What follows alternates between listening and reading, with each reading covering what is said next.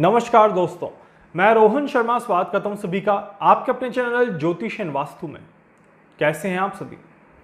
आज हम यहां पर बात करने वाले हैं एक बहुत ही ज़्यादा इंपॉर्टेंट टॉपिक के बारे में। आप सभी ने डेफिनेटली मेरे पिछले वीडियोस को ज़रूर देखा होगा, और अगर नहीं भी देखा है कोई टेंशन वाली बात नहीं है, आप जाकर के मेरे चैनल पे वीडियो सेक्शन में उन वीडियोस को वापस से देख सकते हैं। आज एक न्यूज़ आई जो काफ़ी ज़्यादा परेशान करने वाली थी कि ओलंपिक से ठीक पहले वहाँ पर माहौल जो है वो काफ़ी ज़्यादा ख़राब होता हुआ नज़र आ रहा है। और जब मैंने ओलंपिक की कैलकुलेशन करी थी और जो वीडियो आप सभी को दिया हुआ है उसमें भी मैंने इस चीज़ का जिक्र किया था कि इस बार के ओलंपिक में काफ़ी ज़्यादा परेशानियाँ देखने को मिलेंगी और बहुत ज़्यादा माहौल ख़राब हो सकता है। इस तरह के योग बनते हैं और उसकी शुरुआत यहाँ पर होते हुए दिखाई देती है। तो डेफिनेटली इस बार के ओलंपिक में काफ़ी सारे चैलेंजेस देखने को मिलेंगे, काफ़ी ज़्यादा परेशानियाँ देखने को मिलेंगी, क्योंकि जिस स्ट्रक्चर पे ये ओलंपिक यहाँ पर चल रहा है, जिस ग्रह स्थिति के साथ ये ओलंपिक यहाँ पर देखने को मिल रहा है, ये डेफिनेटली परेशानियों के साथ ही आगे बढ़ता हुआ नजर आएगा। इस तरह के योग यहाँ पर देखने को मिलते हैं। इसी के साथ साथ मैंने एक और घटना के बारे में आप सभी को बताया था, और जब मैं इस बात को एक्सप्लेन कर रहा था, अपनी बात को रख रहा था, तब बहुत सारे लोगों ने इस बात का मजाक भी उड़ाया था। बट आज जब ये चीज़ें हो रही है तो मेरे दिल को तो तसल्ली ज़रूर है कि जो हमने कैलकुलेशन किया था वो सबके सामने है। और डेफिनेटली जो आज मजाक उड़ा रहे थे उस समय, वो आज ये देख सकते हैं कि वैदिक एस्ट्रोलॉजी कितने सटीक तरीके से यहाँ पर काम करते हुए नजर आती है। मैं बात कर रहा हूँ महाराष्ट्र में बारिश के बारे में। जब मैं अपने वीडियो में ये कह रहा था कि महाराष्ट्र में बारिश आएगी और बड़ी भयंकर बारिश इस बार देखने को मिलेगी, जो कि काफ़ी ज़्यादा परेशानियां लेकर के आ सकती हैं, और उस समय बहुत सारे लोगों ने ये कहा था कि सर बारिश के मौसम में बारिश तो आएगी ही आएगी, इसमें क्या कुछ नया है। देखिए, नया क्या होता है मैं आपको आज एक्सप्लेन करता हूँ। आप समझेंगे कि बारिश के मौसम में बारिश तो हर साल आती है, बट आज मैंने जब न्यूज़ देखी तो उसमें मैंने सुना कि 57 ईयर के बाद पुणे में रिकॉर्ड टूटा है बारिश का, और बड़ी भयंकर बारिश है पुणे में देखने को मिल रही है। वहीं पर मुंबई में भी बारिश की वजह से हालात और ज़्यादा खराब होते हुए नजर आ रहे हैं। वहीं पर अहमदाबाद के आसपास के 18 जगहों पर 18 गांवों के आसपास बाढ़ के हालात बने हुए हैं। सूरत में भी 1 से 2 लाख लोग प्रभावित हो रहे हैं। ये पूरा जो डायरेक्शन अगर हम देखें गुजरात और महाराष्ट्र का, तो ये अभी बारिश की वजह से काफ़ी ज़्यादा परेशान होता हुआ नजर आ रहा है। तो ये जो लाइन न्यूज़ में बताई है, मीडिया में यूज़ करी गई है कि 57 ईयर के बाद इतना पानी बरसा।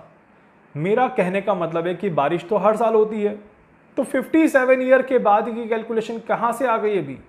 And that is the point जहाँ पे वैदिक एस्ट्रोलॉजी काम कर रही है कि बारिश तो हर साल आती है, बट महाराष्ट्र में इस बार इतनी बारिश हुई है कि उसने इतने सालों पुराना रिकॉर्ड यहाँ पर ब्रेक किया है। इस वजह से ये मैंने कहा था कि बारिश की वजह से परेशानी होगी, और ये बारिश की वजह से परेशानी होते हुए नजर आ रही है।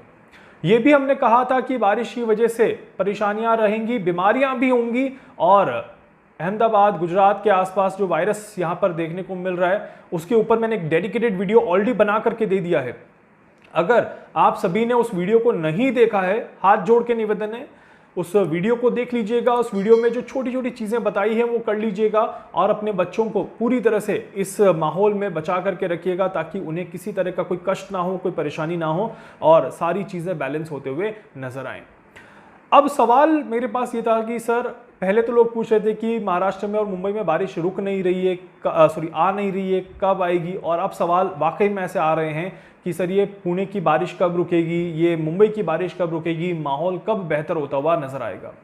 आप सभी को मैंने मॉनसून का जब वीडियो दिया था उसमें मैंने बहुत क्लियर तरीके से मेंशन किया था कि जैसे जैसे जुलाई के महीने एंड होते हुए नजर आएंगे, जैसे जैसे हम 15 जुलाई के बाद आगे बढ़ते हुए नजर आएंगे, वैसे वैसे आप देखेंगे कि बारिश की जो रफ्तार है वो बढ़ते हुए नजर आएगी। और आज जब आप इस वीडियो को देख रहे हैं, हम जुलाई के एंड की तरफ बढ़ रहे हैं और बारिश यहाँ पर रिकॉर्ड तोड़ रही है। अब जैसे जैसे हम जुलाई एंड करेंगे, अगस्त का पहला हफ्ता निकलेगा, वैसे वैसे धीरे धीरे देखिएगा बारिश यहाँ पर बैलेंस करते हुए नजर आएगी।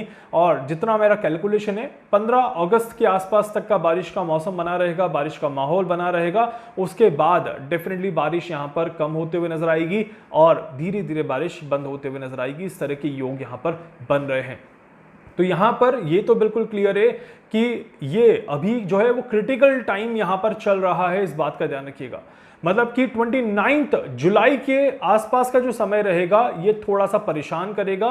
एंड 29 जुलाई से लेकर के 13 अगस्त के बीच में महाराष्ट्र में, मुंबई में, अहमदाबाद, गुजरात में और इसके अलावा उत्तर भारत की तरफ भी बारिश की वजह से भारी परेशानी हो सकती है। एंड उत्तर भारत में और मध्य प्रदेश के आसपास भी अगर आप ले लें तो बारिश बड़ी परेशानियां लेकर के आ सकती है। कोई बहुत ज़्यादा बड़ी रुकावट उत्पन्न हो जाए, कोई माहौल ज़्यादा खराब होता हुआ दिखाई दे because of the weather.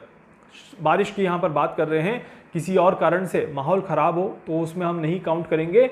But बिजली गिरना, बादल का फटना या किसी बिल्डिंग का धंसना, कुछ इस तरह की चीज़ें यहाँ पर ज़रूर देखने को मिलेंगी जिसकी वजह से जान मान का नुकसान हो, तो ये भी आप देख सकते हैं। इस तरह के योग बनते हैं। तो इस वजह से अभी ये जो समय चलेगा, देखिए यहाँ पर देवगुरु बृहस्पति और मंगल देव साथ में हैं और सबसे इंपॉर्टेंट इक्वेशन जो बनी थी वो कर्क राशि में सूर्य, मंगल और बुध के इस गोचर से बनी हुई है, जहां पर 31 जुलाई को जैसे ही शुक्र देव राशि परिवर्तन करेंगे, सूर्य और बुध अकेले कर्क राशि में बचेंगे।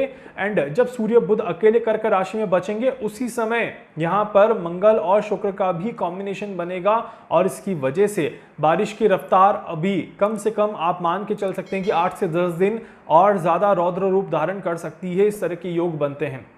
अगर आप कहीं पर भी ट्रैवल कर रहे हैं, खासकर महाराष्ट्र में कहीं पर भी ट्रैवल कर रहे हैं, बहुत सावधानी के साथ और समझदारी के साथ ट्रैवल करिएगा ताकि आपको कोई दिक्कत, कोई परेशानी ना हो और रिस्क लेकर के ना कहीं जाएं, इस बात का विशेष तौर पर ध्यान रखिएगा। एंड खासकर अगर आप बच्चे हैं या फिर अगर आप बुजुर्ग हैं, बच्चों मतलब कि आपकी एज अगर 15 से कम है और या फिर 70 से ज़्यादा है, आपको सेहत का ज़्यादा ध्यान रखना है। लापरवाही मत करिएगा, इस बात का विशेष तौर पर ध्यान रखिएगा। बहुत ज़्यादा ज़रूरी है तो ही कहीं ट्रैवल करें, अदरवाइज ट्रैवल से बचिएगा, इस बात का ध्यान रखिएगा, नहीं तो आपको परेशानियां थोड़ी सी ज़्यादा हो सकती हैं। इस तरह के योग बनते हैं। इसी के साथ साथ यहाँ पर देखा जाए तो अभी मर्क्यूरी यहाँ पर आगे जाएंगे सिंह राशि में और फिर मर्क्यूरी आगे जाकर के फिर रिवर्स इक्वेशन के साथ कर्क राशि में प्रवेश करेंगे और इस वजह से बुध जो है वो बारिश को बीच में ब्रेक देकर के फिर बारिश लाने की कोशिश करेंगे। तो अगस्त का महीना भी हल्का फुल्का पानी के साथ साथ ही जाता हुआ नजर आएगा। एंड एक और चीज़, पानी की वजह से तो परेशानियां है ही हैं, यहीं पर प्राकृतिक आपदाएं और ज़्यादा परेशान कर सकती हैं। इस तरह के योग बनते हैं। जैसे मैंने कहा, बिजली गिरना, बादल का फटना, बिल्डिंगों का ढहना और साथ ही साथ भूकंप की भी इक्वेशन यहां पर दिखाई देती है। इस बार मैं भूकंप पर कुछ और ज़्यादा डीप कैलकुलेशन कर रहा हूं, कुछ और ज़्यादा सटीक तरीके से कैलकुलेशन करने की कोशिश कर रहा हूं ताकि मैं आपको और अच्छे से गाइड कर पाऊं कि कहां किस तरह का भूकंप और कितने नुकसान के साथ ही भूकंप आ सकता है और उसकी इक्वेशन कब बनेगी। बट जितना मेरा अनुमान है अभी तक, जो मैंने कैलकुलेशन करी है अभी तक, भूकंप की जो एक डेट है वो 28 सितंबर से शुरू हो रही है, 28 जुलाई से शुरू हो रही है और 16, 17, 18 अगस्त तक के बीच में डेफिनेटली कहीं ना कहीं बड़े भूकंप की आशंका यहां पर दिखाई देती है। इसके ऊपर मैं अभी और कैलकुलेशन कर रहा हूं, पर अगस्त का महीना नेचर की वजह से काफी ज्यादा परेशान करेगा। इस तरह के योग बनते हैं। हम सभी को अगस्त के महीने में बहुत ज़्यादा आराम से आगे बढ़ने की ज़रूरत है ताकि किसी को कोई कष्ट ना हो, कोई परेशानी ना हो।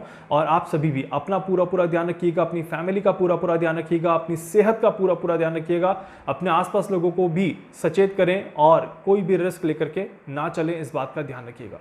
उम्मीद करता हूं आप सभी मेरी जानकारी को समझ गए होंगे और इसी के अकॉर्डिंग आप अपने आप को और ज़्यादा आगे बढ़ाने की कोशिश ज़रूर करेंगे। वीडियो को लाइक कर दीजिएगा, चैनल को सब्सक्राइब कर दीजिएगा, बेल आइकन पे ज़रूर से क्लिक करिएगा। कुछ भी पूछना चाहते हैं, कुछ भी जानना चाहते हैं, अपने बारे में कुछ भी समझना चाहते हैं, आप मुझसे संपर्क कर सकते हैं। मैं पूरी कोशिश करूँगा आप सभी की हर संभव मदद यहाँ पर कर सकूँ। धन्यवाद।